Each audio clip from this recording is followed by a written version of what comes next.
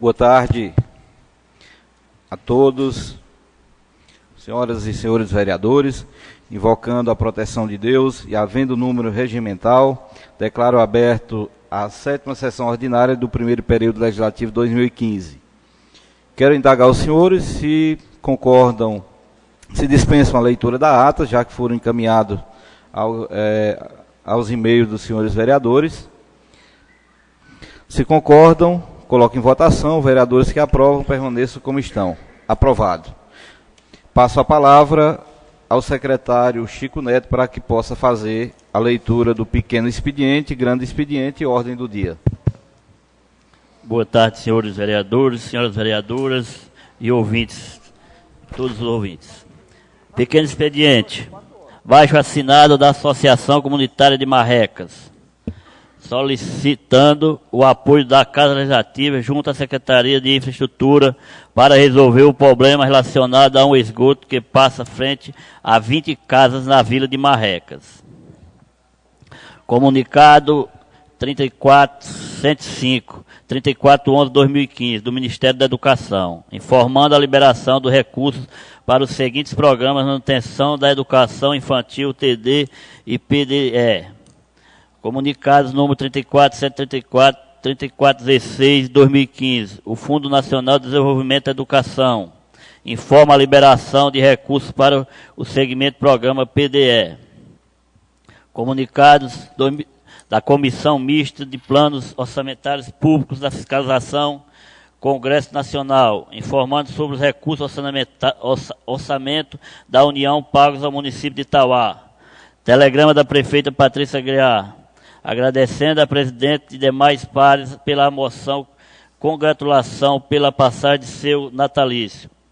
Ofícios recebidos, número 1/2015, da Associação Comunitária de Marrecas, solicitando o apoio desta Casa Legislativa para conseguir, junto à Secretaria de Infraestrutura, um veículo para coleta de lixo da Vila de Marrecas.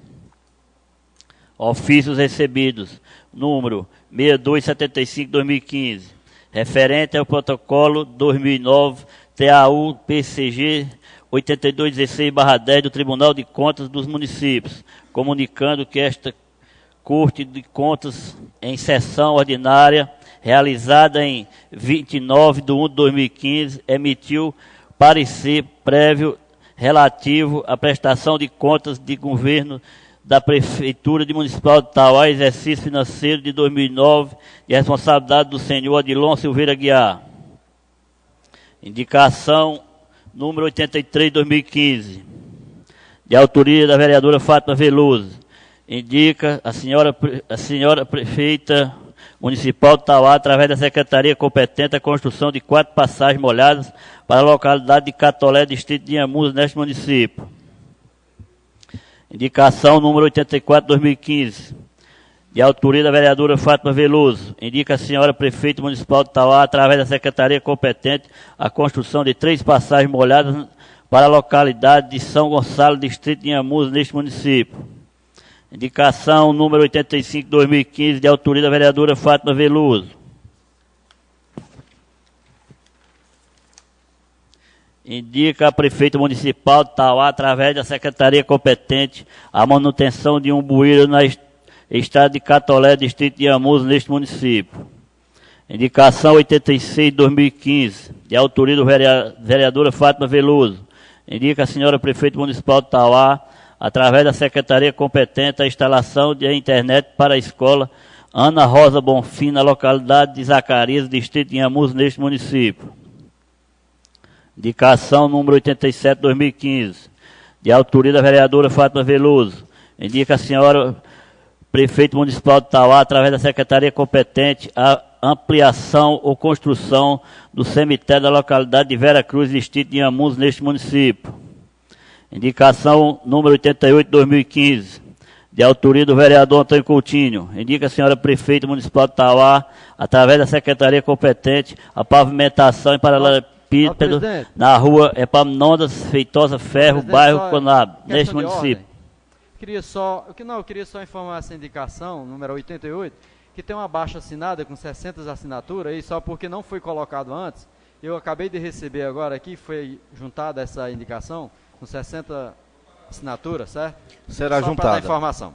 Será juntada a baixa assinada. Pode continuar, secretário. Indicação 89, autoria do vereador Antônio Coutinho. Indica a senhora prefeito municipal de Tauá, através da secretaria competente, pavimentação e paralelepípedo da rua Maria Lídia Antunes, bairro Alto Tunelândia, neste município. Indicação número 90 de 2015, de autoria do vereador Antônio Coutinho. Indica a senhora prefeita municipal de Tauá, através da secretaria competente, a pavimentação e paralelepípedo na rua Maílson Alves Loyola, bairro Alto Tunelândia, neste município. Indicação 91, de autoria do vereador Nezinho Loyola. Indica a senhora prefeita municipal de Tauá, através da secretaria competente, a pissarramento em caráter de emergência da estrada que dá acesso à vila de Massapê, a rodovia ACE 187, no distrito de Santa Teresa, neste município. Indicação número 92, de 2015, de autoria do vereador Alaú Mota. Indica a senhora prefeita municipal de Tauá, através da secretaria competente, a pavimentação em paralelepípeda da travessa Pedro Alves Feitosa, bairro José Osmo, neste município. Indicação número 93, de 2015, de autoria do vereador Ananias Mota. Indica a senhora prefeita municipal de Tauá, através da secretaria competente, a implantação de iluminação pública na Vila de Bezerros, distrito de Tici, neste município. Indicação número 94, 2015, de autoria do vereador Ananias Mota. Indica a senhora prefeita municipal de Tauá, através da secretaria competente, a melhoria de iluminação pública do bairro Aldeota, neste município. Indicação número 95, 2015, de autoria do vereador Ananias Mota. Indica a senhora prefeita municipal de Tauá, através da secretaria competente, o complemento do calçamento da rua Pedro Alves Feitosa, Hermínio Eufrásio Vieira, Torquato da Silva, Sebastião Carlos de Oliveira, localizados expectavelmente no bairro do Dr. José Osmo, aldeota deste município, nesta cidade. Grande expediente. Projeto de Lei Legislativo, número 16 de 2015, de autoria do Poder Executivo. Altera o dispositivo da Lei Municipal 1911, de 1/11 de 2012, e adota outras providências. Projeto de Lei Legislativo, número 17 de 2015, de autoria do vereador Felipe Viana. Dispõe sobre a denominação de Antônio Rodrigues Filho, a rua projetada 12, localizada no loteamento urbano denominado Vale do Jabugi, na zona urbana desta cidade. Projeto de Lei Legislativo, número 18 de 2015, de autoria do vereador Ronaldo Filho. Dispõe sobre a denominação de José Pinto do Carmo, a praça situada por trás da Câmara Municipal de Tauá, no centro desta cidade. Emenda aditiva ao projeto de lei 13 de 2015, de autoria da Comissão Legislativa, Justiça, Redação Final, Agroindústria, Comércio e Turismo. Inclua-se no 7º artigo, primeiro projeto de lei executivo número 13 de 2015, de autoria do Poder Executivo Municipal, parágrafo 7, aplica-se no que couber ou puder legislativo e dispõe desta lei. Requerimento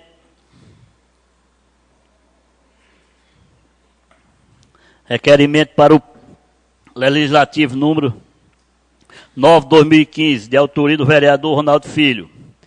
Requer da presidência da Câmara Municipal de Tauá, após ouvido o plenário, que seja realizada audiência pública para tratar sobre o projeto de lei número 13 de 2015, que define a responsabilidade solidária dos atos do governo e gestão de responsabilidade originária da Prefeitura Municipal de Tauá, dos gestores municipais, dos agentes políticos e públicos, dos presidentes das autarquias, fundações públicas, sociedade e economia mista, empresas públicas, superintendências municipais autônomas, institutos públicos, fundos públicos e similares, e de outros ordenadores de despesa, dos responsáveis por parecer técnico, administrativo, jurídicos e engenharia, arquitetura, de contabilidade, de controle interno, de auditoria, medições, liquidações, projetos, coletas de preços,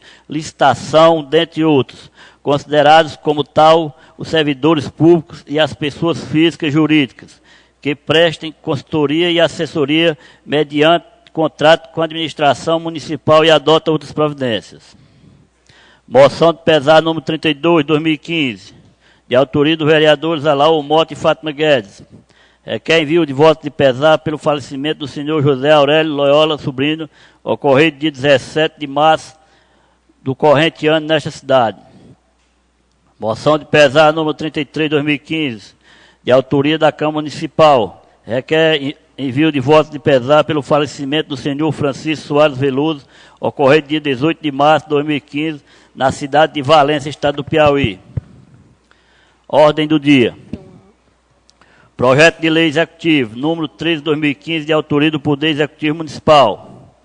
Define a responsabilidade solidária dos atos do governo e gestão de responsabilidade originária da Prefeitura Municipal, dos gestores municipais, dos agentes políticos, dos públicos, dos presidentes de autarquias, fundações públicas, sociedade e economia mista, empresas públicas, superintendências municipais autônomas, institutos públicos, fundos públicos e similares, e dos ordenadores de despesas, dos responsáveis por parecer técnico, administrativo, jurídico e de engenharia e arquitetura, de contabilidade, de controle interno, de autoria, medições, liquidações, projetos, coletas de preços, licitações, dentre outros, considerados como tal os servidores públicos e as pessoas físicas e jurídicas que prestem consultoria e assessoria mediante contrato com a administração municipal e adotam outras providências.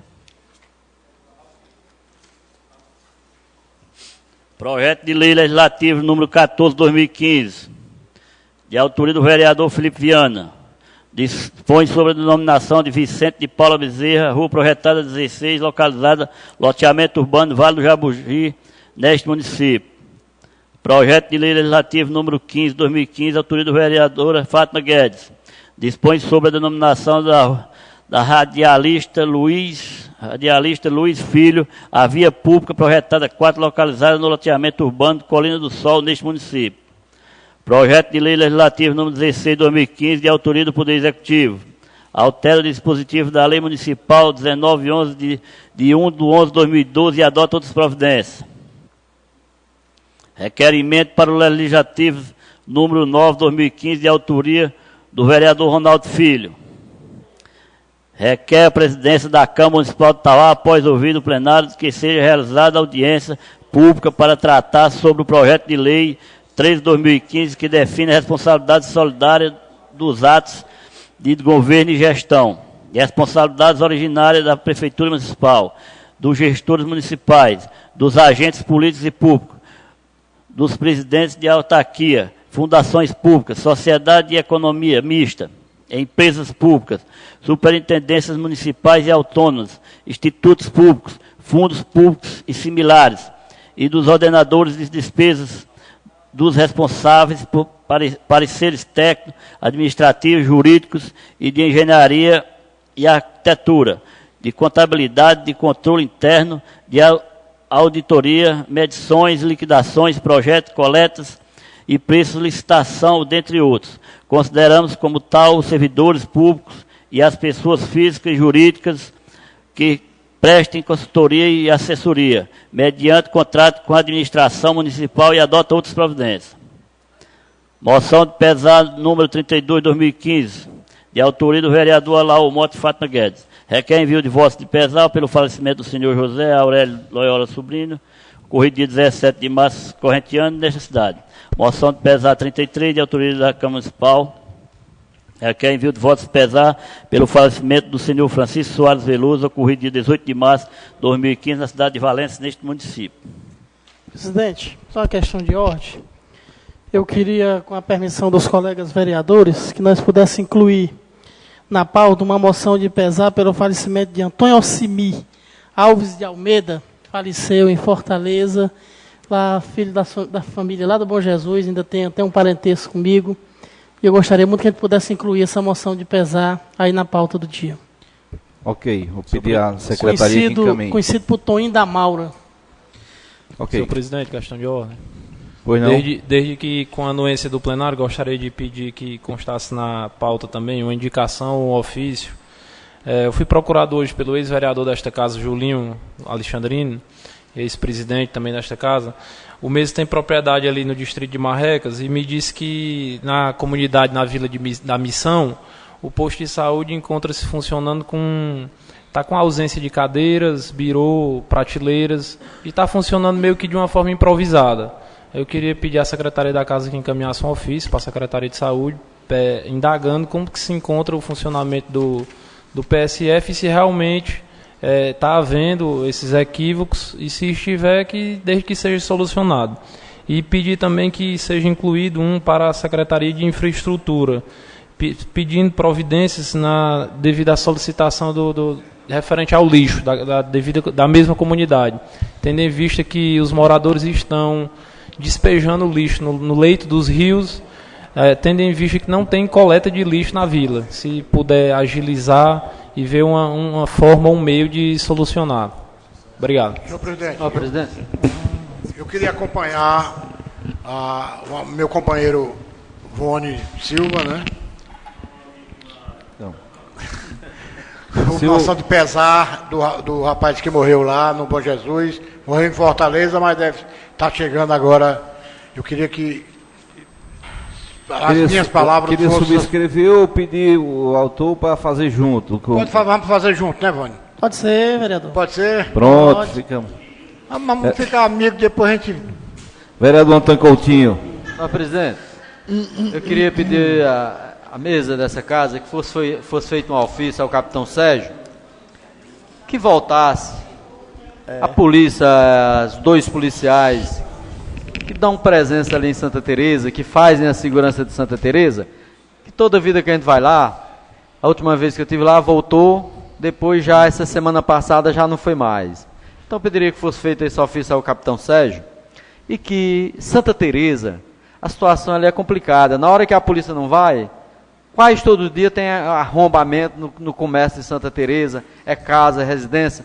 Então, queria pedir ao presidente, mais uma vez, fizesse esse ofício ao capitão Sérgio, que retornasse os 2 policiais que dão segurança ali no distrito de Santa Teresa. Será encaminhado, vereador Antônio Coutinho. Encontra-se presente nesta casa, atendendo o convite do vereador Alaú Mota, a secretária de Desenvolvimento Econômico do município de Itauá, Márcia Noronha, a quem eu convido para adentrar ao plenário, e ao mesmo tempo encontra-se inscrito para uso da tribuna o vereador Felipe Viana e o vereador Vone.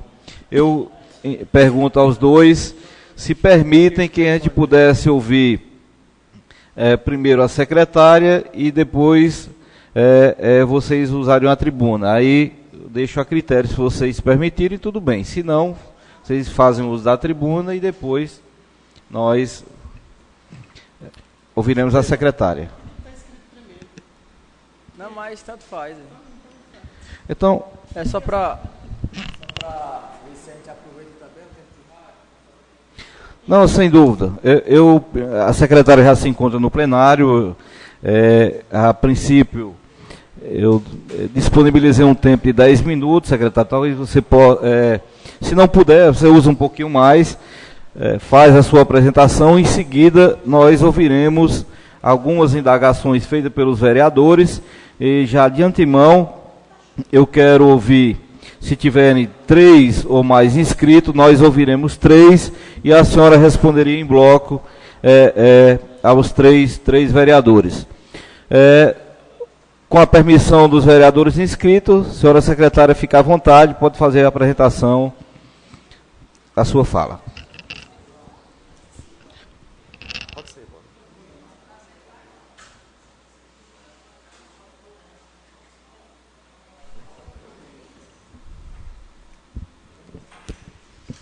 Bom, boa tarde a todos e a todas, senhores e senhoras vereadoras. Primeiro, gostaria de agradecer a oportunidade de estar aqui e espero contribuir de alguma forma para o funcionamento dessa casa e para as ações dos senhores e senhoras. Eu gostaria que o meu assessor técnico, Altair, pudesse ligar o Data Show. Eu gostaria de iniciar com um breve histórico da agência, bem rápido, para nós nos situarmos da agência enquanto suas funções e enquanto suas responsabilidades. E depois perpassar um pouco por alguns dados oficiais do município que desenham as ações do setor econômico ou que nos norteiam no sentido destas.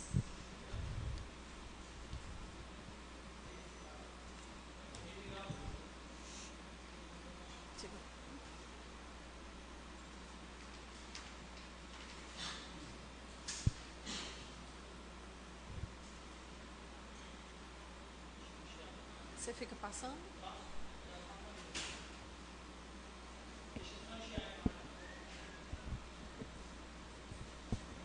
Presidente, tendo em vista que é importante vir um secretário do município ao plenário expor sobre a sua secretaria, eu solicito do presidente que o tempo seja elastecido. 10 minutos para você expor vários assuntos de uma secretaria não tem a menor condição. Eu não vou nem para a tribuna, não me inscrevi, e peço que seja aumentado o tempo da secretária para que ela possa explanar com mais condições, não está com essa correria ou passando por cima, e não fica um trabalho bem exposto.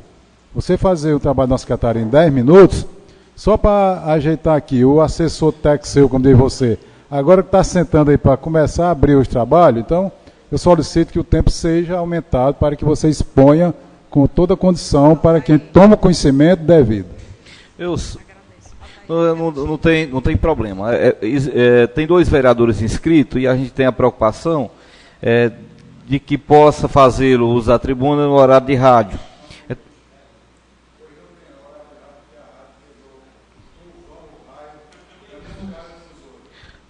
Não tem rádio, eu não tô, então essa informação eu não tinha. Então, ok, senhora secretária. Você coloca em tela cheia?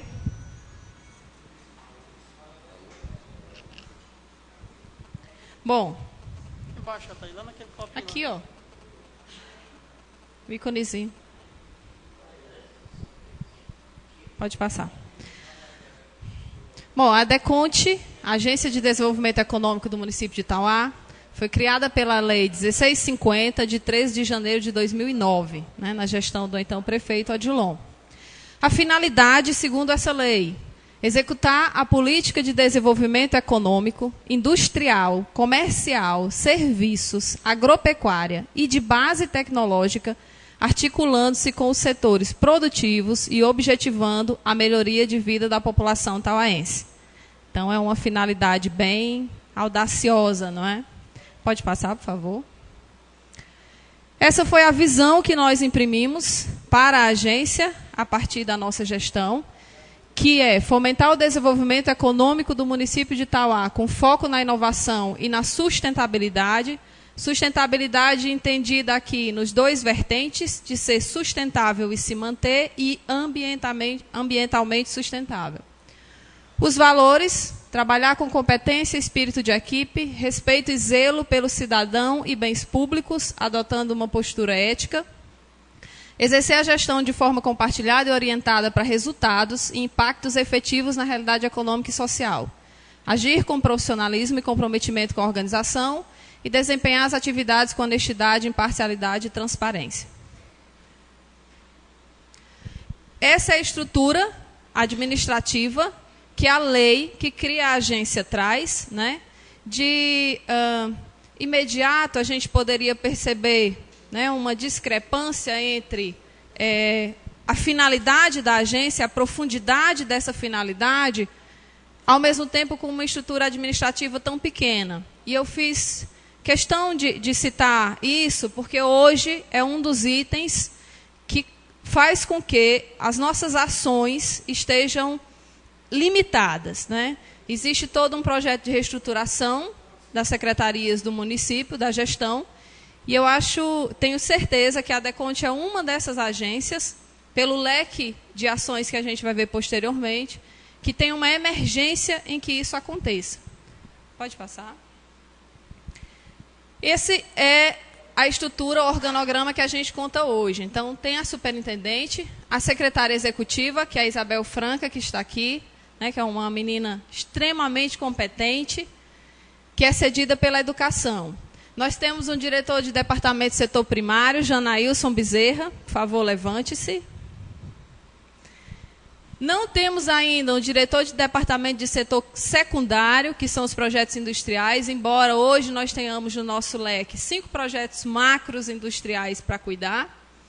Temos um diretor de departamento de setor terciário, que é ligado direto a comércio e serviços, que é a Neuma Alexandrino.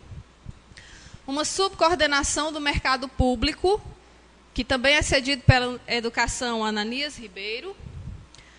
A coordenação do artesanato, que é o Daniel Ferreira, que também é cedido pela educação. A assessora técnica, que está integrando, a partir desse mês, a ADECONTE, por um convênio assinado pela prefeita com a STDS, a Georgia Cardoso. E o subcoordenador do Centro de Negócios, o Alci Oliveira. Então, essa é toda a ADECONTE, né? Esse é o nosso pequeno grupo aí. Dando continuidade, né, eu gostaria que os senhores me permitissem de repassar alguns dados que eu acho extremamente pertinentes para todos nós, gestores, né, e quem tem mandatos seletivos. Inicialmente, começando pela população residente no município. A gente tem dados aí de 1991, de 2000 e de 2010. Se nós prestarmos um pouco de atenção, aí estão os quantitativos, né? Em 1991, a população urbana, aliás, a população urbana respondia por 22 mil e a população rural era maior. A gente vê essa pirâmide se inverter ao longo dos 20 anos, de 1991 até 2010. Isso é importante porque isso quer dizer que a gente tem muito mais gente morando na sede e nas vilas. E a gente tem uma demanda muito maior e uma pressão muito maior nesses centros e um esvaziamento do campo. E isso tem um impacto efetivo na economia do município, que a gente vai ver no crescimento ou no decréscimo do PIB de cada setor. Então, essa população total, né, de cada um dos anos, 91, 2000 e 2010, a gente percebe que 2010 a gente já tem a população urbana bem menor do que a população, aliás, a população rural bem menor do que a população urbana, né? E isso a gente vai ver como impacta a economia do município. Aqui a gente tem os mesmos dados. O número de domicílios urbanos em 2000, porque os dados de 91 eu não consegui acessar, são todos dados oficiais, IBGE, IPES, DataSul, são todos organismos oficiais.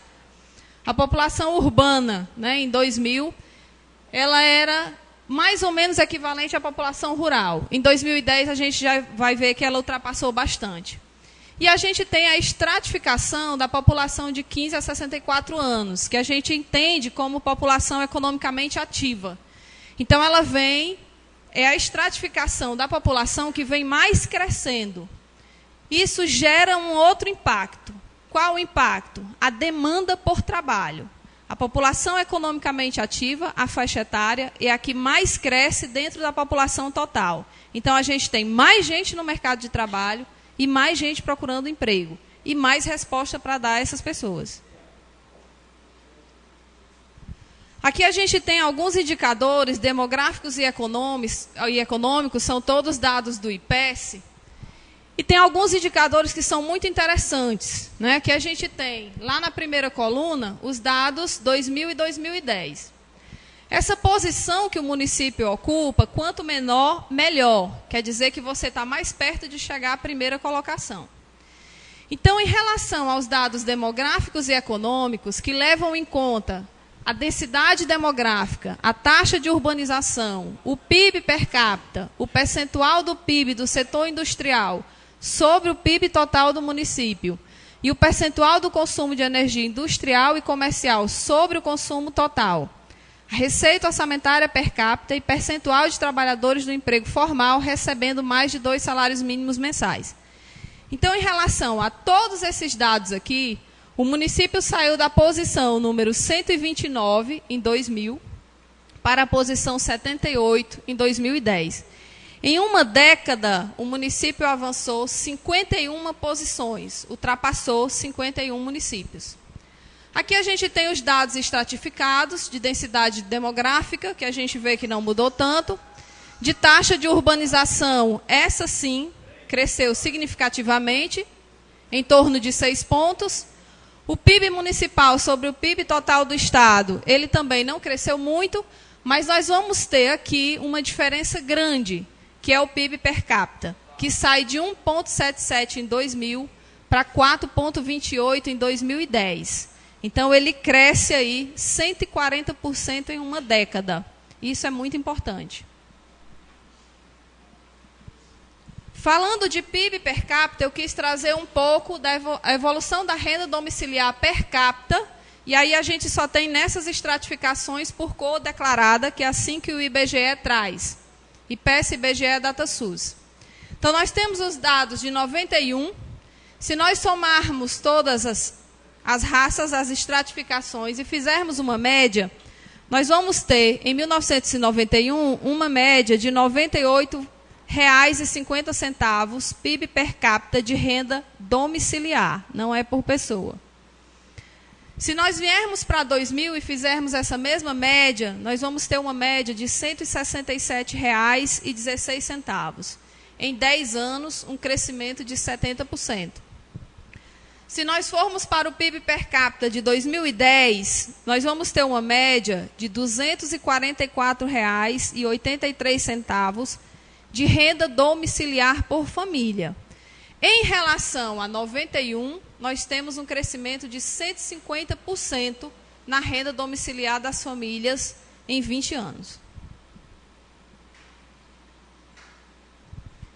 E aí a gente tem aquilo que a gente começou a pincelar, que é a questão do desemprego. A taxa de desemprego em 91 era 4,54. Em 2010, ela está 5,70. Muito em detrimento a essa população econômica ativa de mais de 16 anos até 64, que a gente observa que ela cresceu acima da média, acima do que cresceu a população. Então, o primeiro gráfico ali diz respeito a 91. Em 91, a gente tinha 51.339 habitantes. Em 2010, nós tínhamos 55.716. Só nessa camada da população economicamente ativa, né, cresceram, em quantitativo de pessoas, 6.116 pessoas entraram nessa faixa. Significa dizer que mais pessoas chegaram a essa idade, permanecem nela. E a gente tem uma pressão muito maior por trabalho. É uma população economicamente ativa que, como a gente viu, a taxa de desemprego cresceu. Ou seja, a gente tem, nesses 20 anos, mais gente na faixa etária de população economicamente ativa desocupada. Os senhores podem perguntar alguma coisa quando tiver dúvida, tá certo? Aqui a gente tem indicadores de infraestrutura de apoio. A mesma coisa. O que são esses indicadores? Sinalizam a disponibilidade de estrutura de apoio à produção de oferta e bens de serviços. Conta canais de radiodifusão, agências de correio, agências bancárias, domicílios com energia elétrica, coeficiente de proximidade, rede rodoviária e veículos de carga por 100 habitantes. Isso diz o quanto o município cresceu em infraestrutura. Por que isso é importante? Porque sem infraestrutura não vem indústria. E aí nós temos novamente um salto bastante considerável. Em 2000 o município estava na posição 71, em 2010 ele vai para 42, ele sobe 29 posições. E aí eu fiz questão de trazer os órgãos públicos que não entram nesse índice, né? Isso é próprio dos organismos que fazem, eles têm a sistemática própria, né, que fazem o levantamento dos dados. Então, órgãos públicos, nesses 20 anos que se instalaram em Tauá, Defensoria, Justiça Federal, INSS, DENOX nós já tínhamos, mas não entra nesse dado. Ematerce, Adagre, Cine que se instalou, CREA, Policlínica, enfim, aqui a gente tem um leque de infraestrutura, seja na área da saúde, na área da educação, na área de segurança, que ele não entra nesse índice. Então, a gente pode dizer que o município, em relação à infraestrutura, né, está caminhando bem.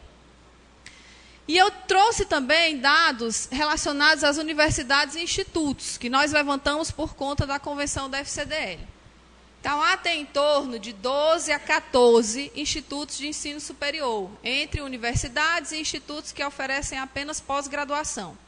Nós temos, segundo dados oficiais do IBGE 2007, 1.047 universitários. Isso quer dizer que tem mais gente procurando formação, tem mais gente, né, chegando ao nível superior. E essa pressão por empregos que sejam, ou trabalho, que seja capaz de absorver essa mão de obra qualificada, ela se torna também maior. Aí a gente vai, como disse que nem tudo são flores, né? A gente vem para os índices, para os indicadores fisiográficos fundiários e agrícolas. E a gente vai ver que todos esses índices que são apresentados, eles vão compor o IDM e o IDH do município. E o quanto isso impacta negativamente no índice geral, que é o Índice de Desenvolvimento Municipal. Então, os indicadores fisiográficos fundiários e agrícolas dizem respeito ao campo de maneira geral, né? São eles: precipitação pluviométrica, distribuição de chuvas, percentual de área explorável por propriedade, percentual de produção vegetal, de produção animal, salinidade da água, enfim. Aí a gente faz a inversão. O município sai da posição 40 em 2000 para 112 em 2010. Nós caímos 72 posições. Isso gera um impacto direto no índice geral, que é o Índice de Desenvolvimento Municipal e Humano. Então, nós vamos ter porcentagem de área cultivada por estabelecimento agropecuário de 82,67 para 24 em 10 anos. Porcentagem de valor da produção vegetal sobre o total do Estado, de 0,71 para 0,11. E porcentagem de valor da produção animal sobre o Estado, de 2,02 para 1,34. Então, todos esses índices caem. Aí a gente diz a seca. Não necessariamente. Nós precisamos lembrar que entre 2000 e 2010, nós tivemos o maior inverno dos últimos tempos, que foi 2004. Então, como esse índice continua caindo? Por quê? Né? Não é só por conta da seca. Aqui a gente vai ter indicadores sociais de base, né? Eu trouxe a tabela da mesma forma que estava colocado, porque é comum aos organismos mudarem o que eles costumam medir para fazer esse indicador geral. Então, como eu não podia juntar tudo, porque são dados diferentes, eu fiz questão de trazer igual ele estava lá, e as setas embaixo indicam os que se mantiveram. Indicadores sociais de base, a gente vai ter taxa de escolarização do ensino fundamental, de aprovação no ensino fundamental, de mortalidade infantil, de leitos por 1.000 habitantes, de médicos por 1.000 habitantes, de abastecimento de água, de esgotamento sanitário. Então, se a gente perceber, nessas taxas todas, o município cresce. Se você comparar 2000, que está em cima, com 2010, que está aqui embaixo, só para salientar a data que está aqui. Então, em relação aos índices sociais, o município também cresce em todos eles. Até agora, a gente viu que os índices fundiários e agrícolas, né, os que efetivamente caíram. E aí a gente vai ver como isso é danoso e como isso impacta o município. Pode passar. Aqui a gente tem posição do IDM, que é o Índice de Desenvolvimento Municipal, que considera todos esses índices anteriores, né, como se eles juntassem tudo e fizessem uma média. Nós melhoramos em índices econômicos, em índices de infraestrutura, em índices sociais, em todos eles. mas no IDM a gente caiu, porque o que puxa o município hoje são os índices fundiários e agrícolas, que nós caímos 72 posições. Então, em 2000, o município estava na posição 75. Em 2010, nós estamos na 79. Nós caímos 89. Né? Nós caímos 14 posições. A mesma coisa vai acontecer com o IDH, porque os índices do campo também puxam para baixo. Lá a gente tem a renda per capita, a gente tem a oferta de trabalho ou não e uma série de coisas. Então, o município ocupava a posição 32, em 2010 ele cai para 44. Para a gente ver como isso é conflitante, o IDSR, que é o Índice de Desenvolvimento Social de Resultados, que efetivamente é o que diz se o município alcançou ou não os resultados das suas políticas, aí o município sai da posição 135 em 2000 para 43 em 2010. Ele cresce 92 posições. Então, todos os índices que a gente viu, o município cresce. O que é que puxa esse índice de desenvolvimento municipal para baixo? Os índices fundiários e agrícolas. Por que a gente quis trazer isso? Porque hoje é o setor da economia mais desafiante. É o setor primário, o setor agropecuário. Pode passar? É só uma do que é o Índice de Desenvolvimento Humano. Eu vou deixar essa apresentação. Pode passar? Aí aqui a gente vai ter o PIB, o resultado, né, economicamente falando, de todas as políticas do município, o que o município cresce. Nós vamos ter de azul o PIB agropecuário, o de vermelho o PIB da indústria e o de verde o setor de serviços. A gente percebe o que é comum nas cidades do interior de médio porte como Tauá. Setor de serviços, que é comércio e serviços, é responsável por 80% do PIB do município, de toda a riqueza que o município produz. E aí é a nossa mola econômica. Nós vamos ter o setor industrial saindo de um PIB de 2,36, bem encolhidinho, em 2002, para 11,1. É o que mais cresceu em 2010. Lembrando que a gente não tinha, em 2010, nenhum dos grandes projetos de indústria que a gente tem se implantando ou implantados hoje no município, que a gente vai ver um pouco mais à frente. Então, esse PIB do setor industrial, a tendência dele é crescer ainda mais e substancialmente. E a gente tem o PIB do setor agropecuário fazendo o caminho inverso. Ele sai de 23,08 em 2002 para 9,75 em 2010. Hoje ele deve estar abaixo do 7. Então, nós vemos a economia no campo mirrando, diminuindo, né? E aí nós temos duas questões. Primeiro, um contingente populacional muito grande no campo. E um município que é o segundo maior do estado em extensão territorial. E projetos industriais chegando na sede. Qual é a tendência natural disso? A criação dos bolsões de pobreza. As pessoas vindo para a sede do município em busca de emprego, e aí a gente tem o agravamento das questões sociais, das questões de segurança, e aí a gente precisa pensar na política que vai tentar reverter isso. Ainda tenho tempo, eu já ultrapassei. Tenho? Ok? Então, nós vamos rapidamente para os projetos, programas, metas e ações por setor da ADECONTE. Eu não trouxe pormenorizado, Marcos já tinha me dito que eram 10 minutos, e eu fiquei preocupado de não dar nem tempo. Mas terei todo o prazer em fazer todos os esclarecimentos que os senhores e senhoras acharem necessários. A gente tem o PIB do setor primário, que a gente já passou, e a gente tem a meta da agência, a meta geral por setor. A meta geral da agência no setor primário é o crescimento, ou seja, recuperação anual do PIB do setor em 3% ao ano a partir de 2014. Como a gente viu, é uma meta extremamente desafiante. Dentro do setor primário, a gente tem esse leque de ações. Alguns são de responsabilidade da agência. A maioria deles a gente acompanha, são desenvolvidos pela Secretaria de Agricultura. Então, nós temos a ovino-caprinocultura, e aí, como a gente se insere nisso, né?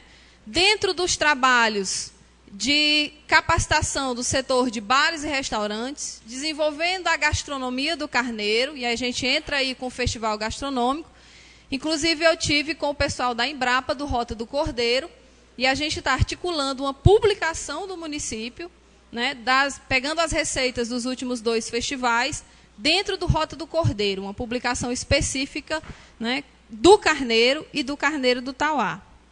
Então, a ovino-caprinocultura e o Rota do Cordeiro, a gente se agrega, embora não sejam, volto a dizer, responsabilidades da agência, né, são cuidadas e muito bem cuidadas pela Secretaria de Agricultura. Agropecuária, da mesma forma, a gente, esse ano especificamente, está começando um leque de capacitações com foco, né, na carne, que é a comercialização da carne. O PA, Agricultura Familiar, somos parceiros da Secretaria de Agricultura no que tange ao funcionamento do mercado público e na comercialização dos produtos.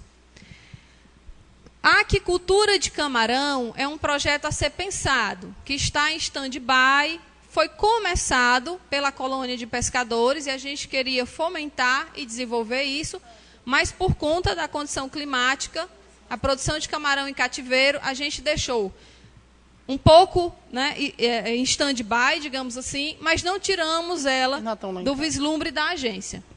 A apicultura do mel, que também sofre, né, com toda a questão da seca. Mas o projeto mais ambicioso que a gente tinha era o polo de produção irrigada do Alto Jaguaribe. Aí algumas pessoas viram para a gente e dizem assim, isso é loucura, né? Não pode, não tem como. E aí eu pergunto, porque a seca não deixa, né? E aí eu pergunto, como é que um magal lá no Lustal abastece o Tauá de Cheiro Verde e alface nessa seca?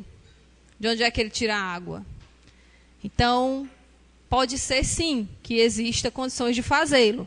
E tem algumas questões, né? E a Isabel entregou para os senhores e senhoras um folder da Proteios, que é uma indústria de São Paulo, que desenvolve a cultura da peresquia, que é uma cactácea, que tem alto valor para o setor da indústria alimentícia, porque ela é 60% proteína. A soja é 40% proteína. Viável a sua cultura na região, por ser da família das cactáceas e necessitar de muito pouca água. Implantamos já desse projeto uma área vitrine na Escola da Cachoeirinha e estamos começando a andar com esse projeto, mas também com alguma dificuldade em relação à condição climática, né? Pode passar?